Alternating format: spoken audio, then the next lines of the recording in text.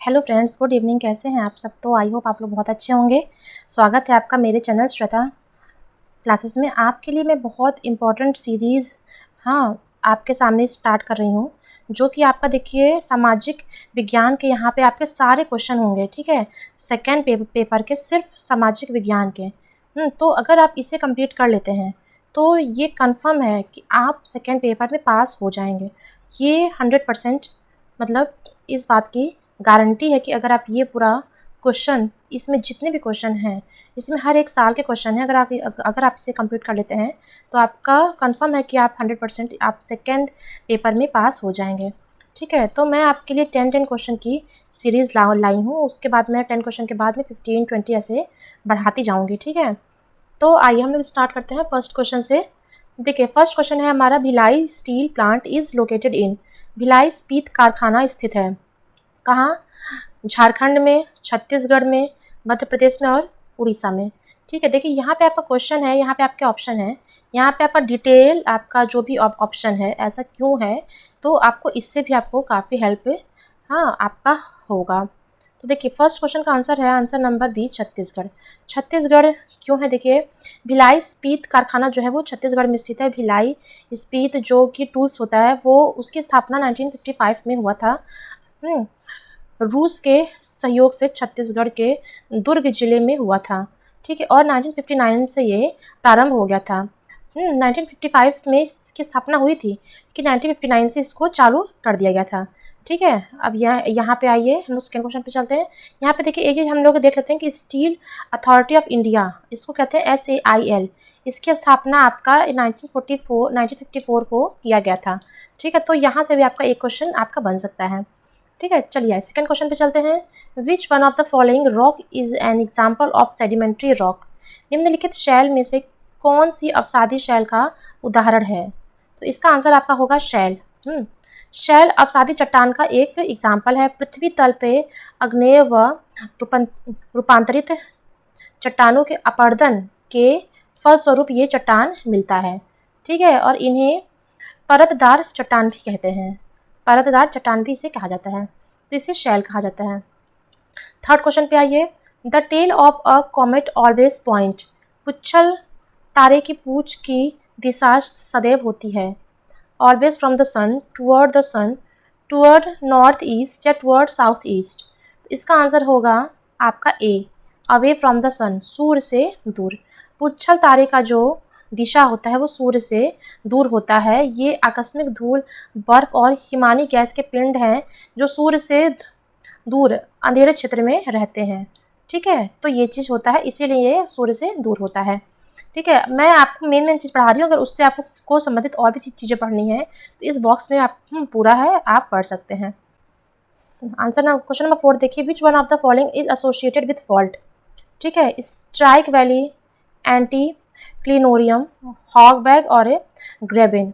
ग्रेबेन आपका आंसर होगा। ठीक है, ये है आपका।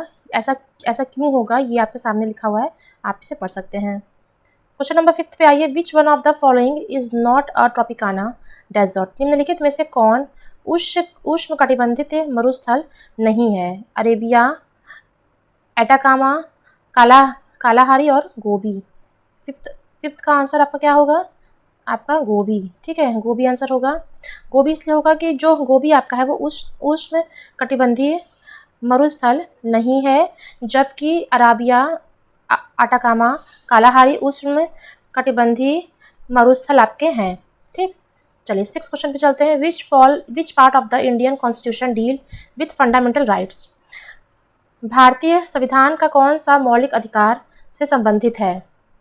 मौलिक अधिकार से कौन से पार्ट में आता है?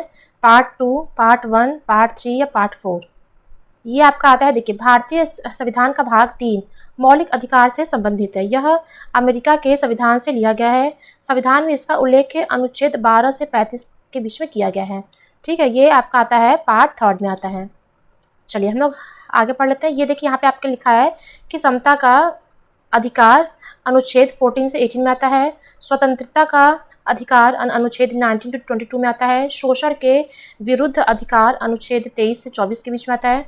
धार्मिक स्वतंत्रता का अधिकार अनुच्छेद 25 से 28 और सांस्कृतिक एवं शिक्षा संबंधी अधिकार 29 से 30 और संवैधानिक उपचारों का अधिकार अनुच्छेद 32 से 32 में आता है। ठीक, चलिए 7th क्वेश्चन पे हम लोग आते हैं। Which of the following amendment of the constitution of India deal with the issue of strengthening the panchayati raj. Panchayati raj को सुदृढ़ करने हेतु निम्नलिखित में से कौन सा भारतीय संविधान संशोधन किया गया था? तो ये है आपका 673 अमेंडमेंट संशोधन में ये किया गया था। ठीक है, यहाँ पे देखिए भारत में पंचायती राज शब्द का उल्लेख ग्रामीण स्थानीय स्वशासन से संबंधित है। राजस्थान देश का पहला राज्य था जहाँ पंचायती राज की स्थापना हुई थी। चलिए क्वेश्चन नंबर 8 पे आते हैं। The office of international court of justice is situated in. अंतर्राष्ट्रीय न्यायालय का मुख्यालय स्थित है लंदन, न्यूयॉर्क, द हैग और पेरिस में। तो देखिए अंतर्राष्ट्रीय न्यायालय का मुख्यालय है नीदरलैंड में। ठीक है, नीदरलैंड में स्थित है और इसकी स्थापना 1945 में संयुक्त राष्ट्र के चार्टर द्वारा किया गया था और अप्रैल 1946 में काम करना शुरू किया गया था। ठीक, तो इसका आपका आंसर होगा आंसर नंबर सी। चलिए सेकेंड लास्ट क्वेश्चन पे चलते हैं। Population control and family planning is listed in which schedule in the Indian constitution. जनसंख्या नियंत्रण व परिवार नियोजन विषय भारतीय संविधान के अंतर्गत किस सूची में शामिल है? क्वेश्चन नंबर 9 इसका है आपका समवर्ती सूची, कॉन्करेंट लिस्ट में है। ठीक है, यहाँ पे देखिए लिखा हुआ है ना कि जनसंख्या नियंत्रण व परिवार नियोजन विषय भारतीय संविधान के अंतर्गत समवर्ती सूची में शामिल है। ठीक है, यहाँ पे लिखा हुआ है। चलिए यहाँ पे आप देख सकते हैं कि संघ सूची के विषय में क्या क्या शामिल होते हैं, राज्य सूची में क्या क्या है और समवर्ती सूची में क्या क्या है। ठीक है, तो अगर आपका ये क्वेश्चन के बजाय इसमें से भी कोई एक टॉपिक उठा के पूछ देगा तो आपको पता होना चाहिए। 10th क्वेश्चन पे चलते हैं। Which of the following directive principle related to foreign policy. निम्नलिखित में से कौन सा निर्देशक सिद्धांत विदेश नीति से संबंधित है? आर्टिकल 49, आर्टिकल 48, आर्टिकल 50 या आर्टिकल 51। तो इसका आंसर होगा आपका आर्टिकल 51।